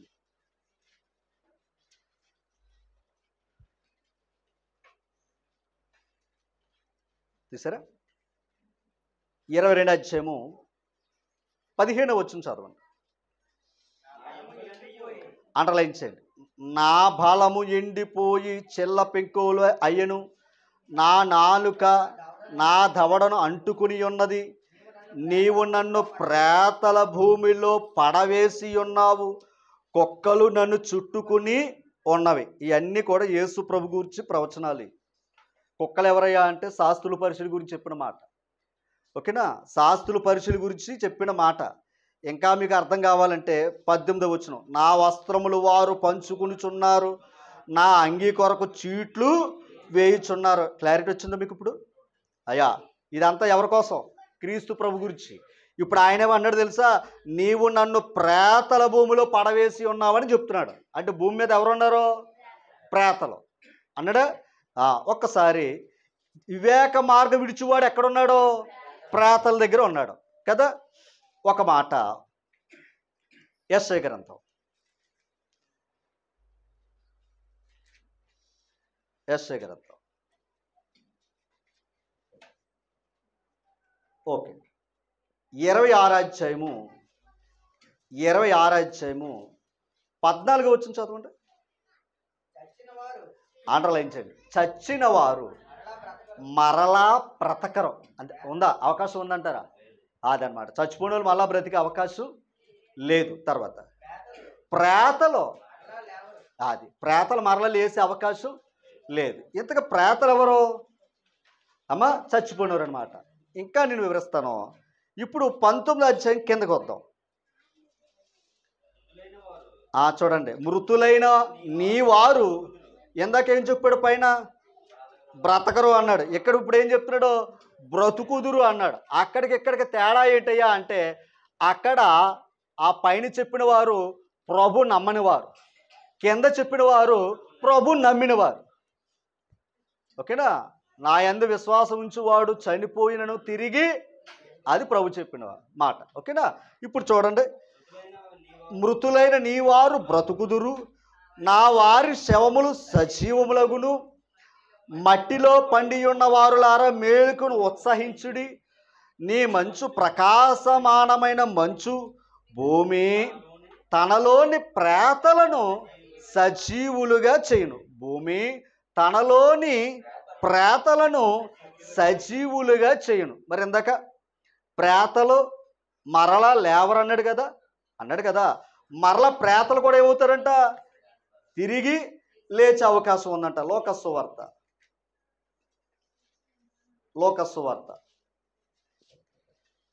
11వ అధ్యాయం 24వ వచనం. ఎవరైనా ఇది ఆత్మ, అపవిత్రాత్మ, దురాత్మ, ప్రేతాత్మ, నిన్నున్నాయండి పేర్లు. ప్రేతాత్మ అంటే చనిపోయిన వారి ఆత్మల గురించి మాట్లాడిన వారు ఆ ప్రేతాత్మ అంటే. ఓకేనా? చూడండి, అపవిత్రాత్మ ఒక మనిషిని వదిలిపోయిన తర్వాత, అంటే ఒక మాట చెప్పాలంటే విడిచిపెట్టిందనే కదా అర్థం. అంటే అపవిత్రాత్మ ఏమైంది? విడిచిపెట్టింది, అదే కదా అర్థం. తర్వాత అది విశ్రాంతి వెదుకుచు నీరు లేని చోట్ల తిరుగుచుండండి. విశ్రాంతి దొరకనందున ఒక్కసారి ఇక్కడ ఆగదు. నేను విడిచి వచ్చిన నా ఇంటికి, నేను విడిచి తిరిగి వచ్చిన నా ఇంటికి. విడిచింది ఏంటంటే నా ఇల్లు అంటుంది, విడిచిపెట్టింది ఏంటంట? నా ఇల్లు అంత. ఇందాక ఏం చదువుకున్నాం మనం? తన ఇల్లు విడిచి తిరుగువాడు గూడు లేని పక్షితో సమానం దొరికేటట్టు కొడేస్తాడు అక్కడ పక్క. మళ్ళీ మామూలుగా ఉండదని జీవితాలు. ప్రార్థన చేయమంటాం తప్ప రెండోది ఏముండదు. మరలా చెప్తున్నానంటే, నేను ఎంతో, మరలా చెప్తున్నాను, తప్పు అనుకోవద్దు, నేను ఎంత నష్టపోయినా ప్రార్థన చేసి అది కొంతకాలానికి లెగుతుంది. అంతేనా? ఇప్పుడు జ్వరం వచ్చిందండి, నేను కోలుకోవాలంటే కనీసం లేదో నెల పడుతుందా లేదా? నేను అనేది ఏంటంటే, ఆ దెబ్బ ఎందుకు? ఇక్కడ ఉండొచ్చు కదా. ఆ దెబ్బలు కొట్టించుకోపోతే ఇక్కడ ఉండొచ్చు కదా. అది వింటలేదండి సమాజం. దేని పోగొట్టుకున్నారో అర్థం కావడం లేదు. అనవసరమైన ప్రెస్టేజ్లు. దేవుని కోసం రోషం ఉండాలండి. దేవుని దగ్గర రాలేదు, రోషం ఉండాలి. దేవుని కార్యాలు చెయ్యాలి, రోషం ఉండాలి. అది రోషం. ఎలియా రోషము గల ప్రవక్త, బాప్తిస్మిచ్చి యోహాను రోషము గల సేవకుడైన. రోషం ఎక్కడ ఉండాలి? పాటలు పాడతలేదు, నేను వెళ్ళి పాడాలి, నేను వెళ్ళి చెయ్యాలి, అది రోషం. దేవుని పనిలో పట్టుదల ఉండాలండి. అంతేగాని దేవుని విడిచిపెట్టి అనవసరమైన విషయాలు పెట్టుకుంటే అనవసరమైంది ఏది నేను కాపాడదు. నేను గీతలు గీసుకుని బరిలో ఉంటాను ఎంతకాలం? ఓపుకోనంతకాలం. తర్వాత ఎవరు కావాలి నాకు? మనం ఆల్రెడీ ఎక్కడున్నాం? దిక్కు లేనివాడికేమో దేవుడే దిక్కు అంటే దిక్కును వదిలేసి లోకం దిక్కని వెళ్తున్నాం. మరి ఇంకెంతకంటే అజ్ఞానం ఎక్కడ ఉందండి? ఎంతకంటే అజ్ఞానం ఇంకెక్కడుంది? అమ్మా రాకపోతే కలిగే ఇగో ఈ వైపు ఇచ్చేయాలి, తర్వాత ఇగో ప్రార్థనలో వెళ్ళకపోతే ఇంకోటి, మళ్ళీ ఎవరు కూడా ఇదేంటి? ఇవన్నీ ఎందుకు? ఇంకా ఇవన్నీ ఎందుకు? అసలు చేసిన తప్పు ఎవరు? నువ్వా దేవుడా? మనం చేసినప్పుడు మనం అనుభవించాలండి. మనం చేసినప్పుడు ఖచ్చితంగా మనం అనుభవించాలి. నేనైనా మీరైనా. ఇందాక చెప్పాను, ప్రవక్తను విడిచిపెడితేనే ఊరుకొని అన్నాడు ఇందాక. మందని విడిచిపెట్టిన పనికి మాలిన కాపరని అన్నాడా లేదా? అంటే ఇప్పుడు చెప్పండి, మందని విడిచిపెట్టిన వాడు పనికి మాలినోడు రా మమ్మల్ని అంటే ఇంక నేను అనక్కర్లా. అర్థమైందండి? దాని అర్థం ఏంటంటే తెలుసండి, ఆయన దగ్గరికి వస్తే ఆయన గణపరుస్తాం, పని చేస్తున్నాం. ఆయన విడిచిపెట్టామంటే దాని అర్థం ఏంటి? ఆయన పని మానేసి కూర్చున్నామని అర్థం. అమ్మా ఇప్పుడు చదవండి, అక్కడ మాట ఉంది. అక్కడ నేను విడిచి వచ్చిన నా ఇంటికి తిరిగి వెళ్ళుదును అనుకుని వచ్చి మళ్ళీ ఎక్కడికి వచ్చేసిందంట? విడిచిపెట్టిన చోటకి ఏమైందంట? ఇంకొక మాట, అది ఆల్రెడీ ఎవరో అపవిత్రాత్మ ఎక్కడ తీసుకుని వెళ్ళిపోతామని వచ్చింది. అది అపవిత్రాత్మ ఎక్కడ తీసుకుని వెళ్తాడా? పాతాలని తీసుకుపోతామండి. అంటే భూమి మీద చాలామంది ఎక్కడున్నారో అమ్మా, సామెతల గ్రంథం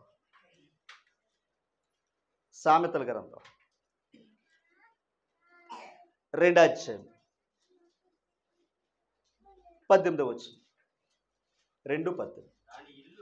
దాని ఇల్లు దేని ఇల్లు అంటే ఆవిడకో ఇల్లు ఉందట. ఏ ఇల్లు అంటే 16వ వచనం. మరియు అది ఎవరై ఆవిడ? ఏ ఇల్లు? వ్యభిచారం చేస్తున్నా, జార స్త్రీ చేస్తున్నా గురించి మాట్లాడుతున్నాడు. ఆవిడ ఏం చేస్తున్నా? పాపం చేస్తుంది. మరి ఆవిడ ఇల్లు ఎక్కడ తీసుకెళ్తుంది చివరికే? పుణ్యలోకానిక? అదే చెప్పాడు ఇప్పుడు 18వ వచనం. దాని ఇల్లు మృత్యువునొద్దకు దారి తీను. ఇంకా వెంటనే తీసిపోదాం, ప్రయాణం చేస్తుంది అక్కడికి. ఏమండి? తర్వాత అది నడుచు త్రోవలో ప్రేతల యొద్దకు చేరును. అది నడిచే త్రోవలను ఎక్కడ తీసుకుని వెళ్తున్నాయి? ప్రేతలు ఎక్కడున్నారో? యెషయా గ్రంథం 14వ అధ్యాయం. యెషయా గ్రంథం 14వ అధ్యాయం చూసారా? 8వ వచనం, 9వ వచనం అమ్మా. నీవు ప్రవేశించుచుండగానే ఎప్పుడు? చనిపోయిన తర్వాత. అర్థమైందండి? వెల్కమ్ పలికోళ్ళు ఉన్నారంట. గుర్తుపెట్టుకోండి, మనం చనిపోగానే మనకు వెల్కమ్ చెప్పేవాళ్ళు ఉన్నారంట. ఇక్కడ ఎవరు వచ్చి పలకరించినా పలకరించకపోయినా కరోనాలో చనిపోయిన వాళ్ళు కూడా వెల్కమ్ చెప్పుకునే వాళ్ళు ఉన్నారట. అంటే కరోనా వచ్చినప్పుడు ఏం చేసాం మనం? వాళ్ళు మన దగ్గర కూడా తీసాం, కానీ అక్కడ కూడా వెల్కమ్ చెప్పేవారు ఉన్నారట. నీతి మంతులైతే దేవదూతలు తీసుకుని వెళ్తే పరదేశికి. అనీతి మంతులు అనుకోండి, ఆ వెల్కమ్ చెప్తున్నాడట. ఎవరెల్లో? పాతాళంలో ఉండేవారట. చూడండి, నీవు ప్రవేశించుచుండగానే పాతాళంలోకి నిన్ను ఎదుర్కొనుటకు క్రింద పాతాళము నీ విషయమే కలవరపడిపోతుందంట. క్రిందనున్న పాతాళం ఏమవుతుందంట? కలవరపడిపోతుందంట. అది నిన్ను చూచి ప్రేతలను రేపుచున్నదే. ఎవరు రేపుతుంది? అంటే ప్రేతలంటే ఎవరో? చనిపోయిన ఆత్మలు. ధనవంతుడు మాట్లాడాడో లేదా? చెప్పండి, ఏమన్నాడో? అప్పుడు కలిగిందంట తన ఇంటి మీద మక్కువ. అవునా కదంటారా? అంటే ఇప్పుడు ప్రేతాత్ముడా కాదాయన? చనిపోయిన ఆత్మ ప్రేతాత్మ. ఓకేనా? చనిపోయిన ఆత్మ ప్రేతాత్మ, అది బయటికి రాదు. అది గుర్తుపెట్టుకోండి. మళ్ళీ చనిపోయాడు ఇంటికి వస్తాడో అందుకే ఇల్లుకి ఇన్ని దినాలు తాళం వేసుకోవాల్సిన పనేమి. అలాగైతే శ్మశానం వేసి అలా ఎవరు వెళ్ళకూడతాం, ఎందుకంటే రోజు ఏదో ఒకటి ఉంటుంది అక్కడ. అవునంటారు కదంటారా? అలాగైతే శ్మశానం లేని ఊర్లో కాపురం చేయాలి. ఊరు లేకపోయినా ఏముండాలి ముందు? ఎందుకంటే ముందు అదే కావాలి. అర్థం చేసుకోవాలి. అంటే ఖచ్చితంగా చనిపోయిన వాళ్ళు అందరూ ఉన్నారా లేదా? మరి అలాంటప్పుడు అక్కడ పెట్టేసి వచ్చి తల రారేటి మన ఇంటికి పలకరించడానికి. కానీ దేవుని దయ వల్ల ఏంటయ్యాడు రాకుండా చేసాడు. అయితే ఎందుకో తెలుసా, ఆల్రెడీ ఇక్కడ దురాత్మల సమూహం ఉందంట, అపవాదిగాడికి సమూహం ఉందంట. ఆడేం చేస్తున్నాడో ఎప్పటికైనా నేను కింద తీసుకోవాలని ఆడు చేస్తున్నాడు.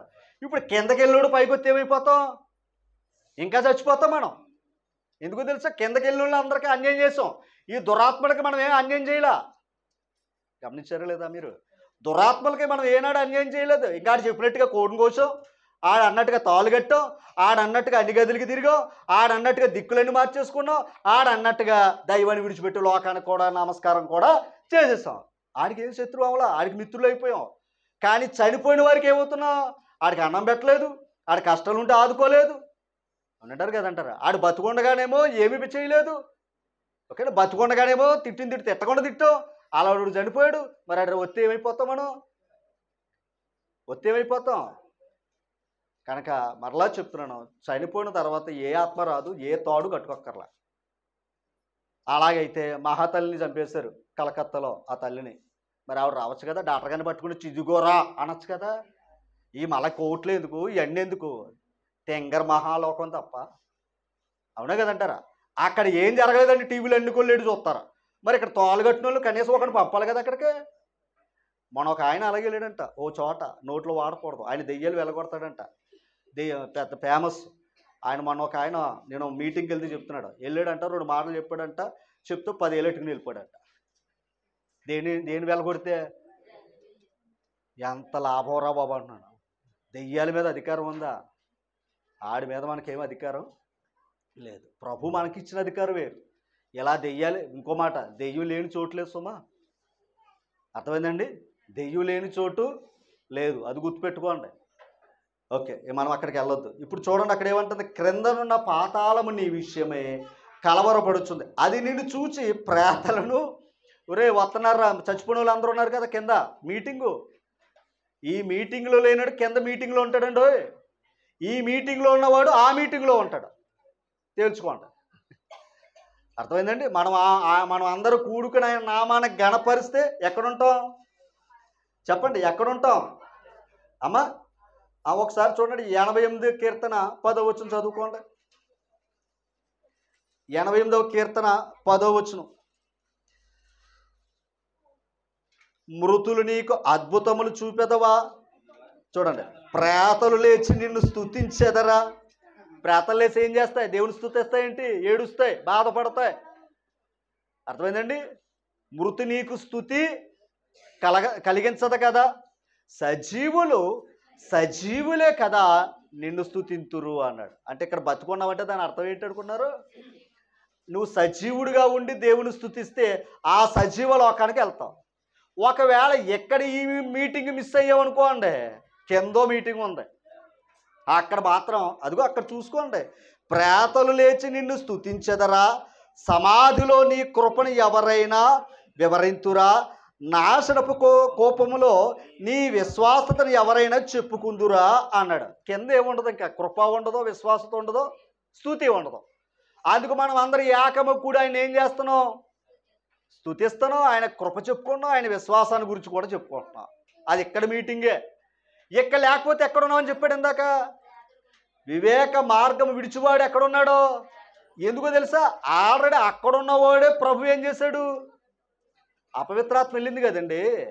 అలాంటివి వెళ్ళినప్పుడు కొంతమందిని బాగు చేశాడా లేదా? మరి బాగు చేసినప్పుడు విడిచిపెట్టాడు అనుకోండి, మళ్ళీ ఇప్పుడు ఎవరు వెళ్ళిపోయారు, ప్రేతాత్మ. ఇప్పుడు ప్రేతాత్మ ఎక్కడ తీసుకెళ్తుంది అంటే, ప్రేతాత్మ అంటే మళ్ళీ ఎక్కడి నుంచి వచ్చింది అనుకోకండి. ప్రేతాత్మలు ఎక్కడికి వెళ్తుందో ఆ మనసు వచ్చేసింది, ఎవరైనా అపవిత్రాత్మ. ఇప్పుడు అపవిత్రాత్మ ఎక్కడ తీసుకెళ్తుంది, పాతాలని తీసుకెళ్తుంది. అందుకు వివేక మార్గం విడిచి తిరుగువాడు ఎక్కడున్నాడో, ప్రేతల గుంపులో కాపురం ఆడుతున్నాడు. దాని అర్థం ఏంటి, దైవాన్ని విడిచిపెట్టినాడు కింద మీటింగ్కి వెళ్తాడని అర్థం. ఈ మీటింగ్ మానేసినోడు ఆ మీటింగ్లో ఉంటాడని అర్థం. తర్వాత మీ ఇష్టం, ఎవరికి అభ్యంతరం ఏమీ లేదు. కనీసం వారానికి కొద్ది 2-3 గంటలు కూడా ప్రభుకి ఇస్తలేదు అంటే ఎలా క్షమిస్తాడండి ఆయన? హాస్పిటల్కి వెళితే 10 రోజులున్నా, నెల రోజులున్నా అక్కడ ఉంటున్నాం, మళ్ళా బిల్లులు కట్టి మరి అక్కడ ఉంటున్నాం మనం. కానీ దేవుని దగ్గరకు వస్తే ఎంత ఎంత భయం వేస్తున్నాయండి. ఓకేనా? ఇప్పుడు మీకు పాయింట్ అర్థమైందా లేదా అమ్మా? అర్థమైందా లేదా? ఇప్పుడు చెప్పాలి, దేవదూతలు ఉన్నారా లేదా? ఇప్పుడు ఆ దేవదూతల ప్రొటెక్షన్లో లేకపోతే, మరలా చెప్తున్నాను, నాకు అంత ప్రమాదం జరిగిందండి, ఎంత ప్రమాదం జరిగిందండి, తప్పించింది ఎవరో? ఇంకా దేవుడి కృప నీ మీద ఉంది కనుక, దేవదూతకు ఆజ్ఞాపించాడు కనుక, నీ మార్గాలు సరళం చేశాడు కనుక నిన్ను కాపాడాడు ఆయన. ఒకవేళ ఆయన సన్నిధిని విడిచిపెట్టావు అనుకోండి, దేవదూతలు ఇప్పుడు నీకేమవుతారు? విరోధులు అవుతారు. ఇంకా అప్పుడు ఆ దేవదూత ఏం చేస్తుంది? బిలాముని ఏం చేసింది? ఇశ్రాయేలు ప్రజలను ఏం చేసింది? శిక్షించింది. కనుక ఆ రక్షించే దేవదూత శిక్షించే దేవదూతగా చేసుకోకూడదు. అందుకు ఆయన యందు భయభక్తులు గలవారు చుట్టూ మాత్రమే ఉంటాడు. భయము భక్తి మార్గాన్ని విడిచిపెట్టి దేవుని సన్నిధి విడిచిపెట్టి తిరిగామనుకోండి, మన చుట్టూ నాశనం ఉంది, మన చుట్టూ నాశనం ఉంది. ఓకేనా? 2 విషయాలు చెప్పి నేను ముగిస్తాను. యేసు ప్రభు ఎక్కడి నుంచి వచ్చాడండి? ఒకసారి ఫిలిప్పీ పత్రిక చదవండి. ఫిలిప్పీ పత్రిక చదవండి ఒకసారి. 2వ అధ్యాయం, ఫిలిప్పీ పత్రిక 2వ అధ్యాయం, త్వరగా.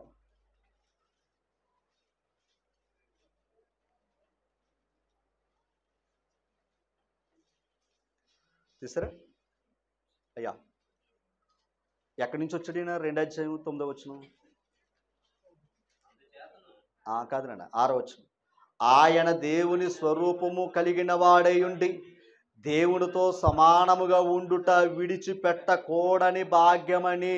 దేవుని విడిచిపెట్టకూడని భాగ్యమని. ఆ మాట మీరు అర్థమైందండి? అసలు దేవుని విడిచిపెట్టి రావాల్సిన పని ఏంటి ఆయనకి? ఎందుకు విడిచిపెట్టి రావాల్సి వచ్చింది? విడిచిపెట్టకూడని భాగ్యం అదే. అలా దేవుని విడిచిపెడితే భాగ్యం లేనట్లు లెక్క. దేవుని విడిచిపెడితే ఇప్పుడు దేవుని విడిచిపెడితే ఈయన ఏ భాగ్యం పోగొట్టుకున్నాడో అదనమాట. ఇప్పుడు మనం కూడా ఈ భాగ్యాన్ని పోగొట్టుకుంటాం. ఆయన సన్నిధిని విడిచిపెట్టాడుకోండి, అక్కడికి వెళ్ళి భాగ్యం కూడా పోగొట్టుకుంటాం. మరి ఆ భాగ్యాన్ని కూడా విడిచిపెట్టి ఎందుకు వచ్చాడు? మనల్ని అక్కడ తీసుకుని వెళ్దాం వాడు. మరి ఇప్పుడు మనం క్రీస్తు అని పేరు చెప్పుకుంటాం, క్రైస్తవులని చెప్పుకుంటున్నాం. మరలా చెప్పాలంటే దేవునితో సమానముగా ఉండే భాగ్యం కదా యేసు ప్రభుకి. చెప్పాలి ఎందుకు వచ్చాడు తెలుసా? ఇందాక చెప్పుకున్నది అదే, ప్రేతాత్మలుగా పాతాలని పోవాలి మనం. ఇప్పుడు ఆ ప్రేతాత్మలు కూడా ఏం చేయాలని వచ్చాడు ఆయన? అది లోకంతో స్నేహము నాకు ఆదరు అంటే లోకంతో స్నేహం చేస్తున్నాను, దేవుని విడిచిపెట్టాం. ఇప్పుడు అలాంటి విడిచిపెట్టే లోకాన్ని కూడా ఆయన అది విడిచిపెట్టి రావాల్సి వచ్చిందంట. ఎక్కడికి? మనల్ని ఎక్కడ నడిపించడానికే.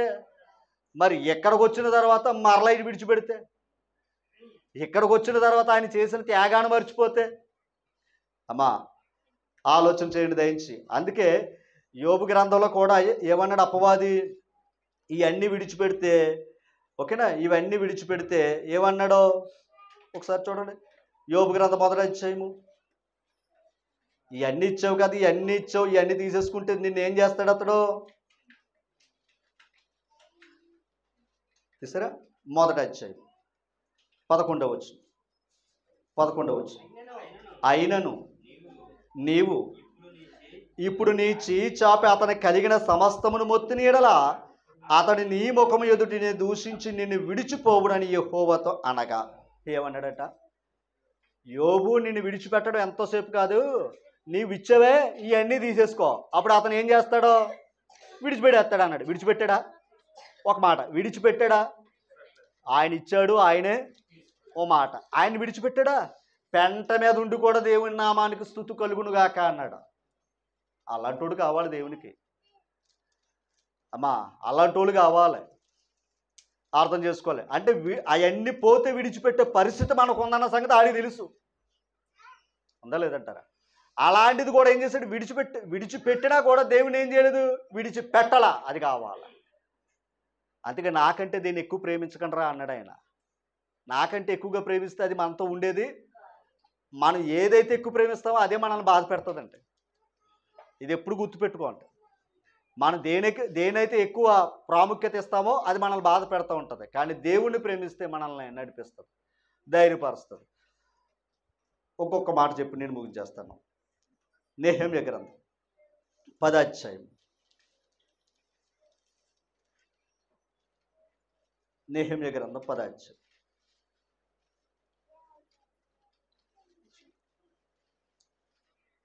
39వ వచనం. 39వ వచనం. ఇశ్రాయేలీలు లేవీలు ధాన్యమును క్రొత్త ద్రాక్షారసమును నూనెను తేగ సేవ చేయు యాజకులను ద్వారపాలకులను గాయకులను వాటిని తీసుకుని ప్రతిష్ఠితమౌలగు ఉపకరణములుండు మందిరపు గదిలో ఉంచవలెను. తర్వాత అంటే మా దేవుని మందిరము మేము విడిచిపెట్టాం. అలా ఒప్పందం చేసుకున్నారట వాళ్ళు. ఓకేనండి. మా దేవుని మందిరమును మేము విడిచిపెట్టాం. ఉంటే ఆయన దగ్గర ఉంటాం కాదు, లేకపోయినా ఆయన దగ్గర ఉండాలి. అర్థమైందండి? లేకపోయినా ఆయన దగ్గర ఉండాలి. ఏమని చెప్పాడు? హబక్కు గ్రంథంలో మనం పాట పాడుతూ ఉంటాం. హబక్కు గ్రంథంలో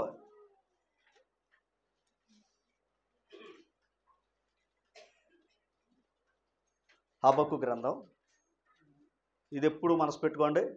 772 పేజీ 3వ అధ్యాయము 17వ వచనం. అంజూరపు చెట్లు పూయకుండినను ద్రాక్ష చెట్టులు ఫలింపకపోయినను ఒలివ చెట్లు కాపు లేకయుండినను చేనులోని పైరు పంటకు రాకపోయినను గొర్రెలు దొడ్డిలో లేకపోయినను సాలలో పశువులు లేకపోయినను నేను ఇవన్నీ వస్తేనా ఆనందం, రాకపోయినను లేకపోయినను నేను యెహోవా యందు ఆనందించెదను, నా రక్షణకర్త అయిన దేవుని యందు నేను. అది కావాలి, అది కావాలి మన జీవితాలకి. ఏమి లేకపోయినా దేవుని దగ్గర ఏమి తెచ్చుకోవాలి మనం. అంతేగాని ఉంటే ఒకలాగా లేకపోతే ఒకలాగా. మీరు మళ్ళీ చెప్తున్నాను, ఉంటే ఒకలాగా లేకపోతే ఒకలాగా అంటే అది వేషధాన భక్తి అవుతుందండి. ఎవరైనా సరే నటిస్తున్నామని అర్థం. ఓకేనా? మరి యోబుకి అవన్నీ కూడా విడిచిపెడితే నిన్ను విడిచిపెడతాడంటే విడిచిపెట్టాడా? లేదు. ఏమి లేకపోయినా ఏమన్నాడో భక్తుడు ఆబుకు, నేను నా దేవుని యందు సంతోషిస్తున్నాను అన్నాడు. అర్థం చేసుకోవాలి. ఒక మాట, మనం కోల్పోయిన తర్వాత కోల్పోయిన సంతోషాలు మళ్ళీ తిరిగి రావండి కదంటారా? మనం కోల్పోతున్నామే, అవి మళ్ళా మనం రావాలంటే చాలా కష్టం. కనుక దేవుని యందు ఆనందించండి. ప్రభువునందు మరలా చెప్పుచున్నాను, ఆనందించండి. ఓకే, ఇప్పుడు దేవుని సన్నిధిలో ఏముందో చెప్పండి. దేవుని సన్నిధిలో ఏముంది? తండ్రి ఉన్నాడు, కుమారుడు ఉన్నాడు, పరిశుద్ధాత్ముడు ఉన్నాడు, దేవదూతల. ఇప్పుడు అందుకే మనం భక్తి చేసినప్పుడు ఆ దేవదూతలు మనకి ఏమైనాయి? ఇక్కడ రానప్పుడు అయ్యేందుకు కాపలా కాస్తాయి? అంతే కదండి. ఇక్కడ రానప్పుడు అయ్యేందుకు కాపలా కాస్తాయి? అర్థం చేసుకోవాలి. అభినందన్ అనే ఒక సోల్జర్, అంటే ఒక సైనికుడు పాకిస్తాన్లోకి అనుకోకుండా, అంటే యుద్ధాన్ని బట్టి వెళ్ళినప్పుడు ఆయన అక్కడ పడ్డాడు. ఆయన కొట్టారు, చంపేద్దామని చూశారు. మర్చిపోయి మనం ఇందాక చూసాను టీవీలో. అది 2019లో వచ్చిందనమాట, ఫిబ్రవరిలో. అభినందన్ అసలు ఎలా ఉంటాయి కదండి, సైనికుడు అంటే అలాంటి మర్చిపోతాంలే అంటే. సరే, అయితే అతను అక్కడికి వెళ్తే మొత్తం భారతదేశం అంతా కూడా ఏకమయ్యి ఆ ఒక్క సైనికుడిని తిరిగి తీసుకొచ్చింది. సైనికుడికి ఉన్న విలువ అది. ఓకేనా? ఎందుకని? ఆ సైనికుడు ఇంతమందిని ఏం చేస్తున్నాడో అదనమాట. భారత సైనికుడికి ఇచ్చిన గౌరవం అది. పోనీ ఇంతమంది ఉన్నారు కదా అని ఒక్కడిని విడిచిపెట్టారా? లేదు. ఆ సైనికుడి కంటే గొప్ప సైన్యాన్ని, దేవదూతల సైన్యాన్ని దేవుడు మనకే భద్రత. ఇప్పుడు ఈ సైన్యాన్ని పోగొట్టుకుంటే, దేవుని సన్నిధిని పోగొట్టుకుంటున్నావయ్యా అంటే దేవుని సైన్యాన్ని పోగొట్టుకుంటున్నావు. అప్పుడు ఒంటరివాడు అవుతావు. గుర్తుపెట్టుకోండి, ఒంటరివాడు అవుతే లోకంలో ఉన్నవాడు దొరికేవా మింగేస్తాడు. మామూలుగా నవ్వలండి, మళ్ళీ చెప్తున్నాను సుమా, దొరికేమా మింగేస్తాడు. ఓకే, మనసు పెట్టాలి. దొరికేమా మింగేస్తాడో. ఇంకొక మాట, ఓకే, ఇప్పుడు తండ్రి, కుమార, పరిశుద్ధాత్ముడు ఉన్నారా లేదా? ఉన్నారు. మన చుట్టూ ఎవరు ఉన్నారు? ఇంకెవరైనా ఉన్నారా? ఇంకెవరైనా ఉన్నారా? మన రక్షణగా దేవదూతలు ఉన్నారు. మన విశ్వాసాన్ని బలపరచటానికి మన పూర్వీకులైన పితరులైన విశ్వాస పెద్దలు సాక్షి సమూహంగా ఉన్నారట. ఓకేనా? వాళ్ళు ఏం చేస్తున్నారు? మన విశ్వాసాన్ని బలపరుస్తున్నారట. ఒరే బాబు, మేము విశ్వాసం ద్వారా గెలిచేవారని వాళ్ళకి విశ్వాస సమూహం తిరుగుతుందట. ఓకేనా? అలాగే వాళ్ళ కనబడతలేదు, సైన్యం కనబడతలేదు. తండ్రి, కుమార, పరిశుద్ధాత్ములు. మనం ఏంటంటే మట్టి దేహాలు కనుక ఏదో అలంకరించిన వచ్చి ఇవే కనబడుతున్నాయి. ఆరాధన అంతే అంత. ఆగస్టు 15 ఎర్రకోట మీద జరిగే వందనం ఎంత గొప్పదో దేశానికి. ప్రతి ఆదివారం దేవుని సన్నిధిలో కూడుకునే ఆరాధన అంతకంటే గొప్పది. ఎందుకో తెలుసా? ఇది దైవ ఆరాధన. ఓకేనా? అది మనుషులు ఇచ్చుకున్న గౌరవం అది కదంటారా? మనుషుడు గొప్పోడు, దేవుడు గొప్పోడా? అది ఇప్పుడు ఆరాధన అంటే మరలా చెప్తున్నాను, ఇంకా 7 రోజులు ఉందనుకోవద్దండి. దేవాని చిత్తం అయితే మరలా ఆదివారం నీ సన్నిధిలో ఉండాలని ఇప్పటి నుంచి ప్రార్థన చేసుకోవాలి. అలా నువ్వు ప్రార్థన చేస్తే ఆ మార్గాలు ఆయన ఏం చేస్తాడో అది ఖచ్చితంగా ఆ మార్గాలు ఆయన సరళం చేస్తాడు. కనుక భక్తులు కోరుకున్నది అదే. నేను నా దేవుని మందిరానికి ఎప్పుడు వెళ్ళుదును అన్నారా లేదా?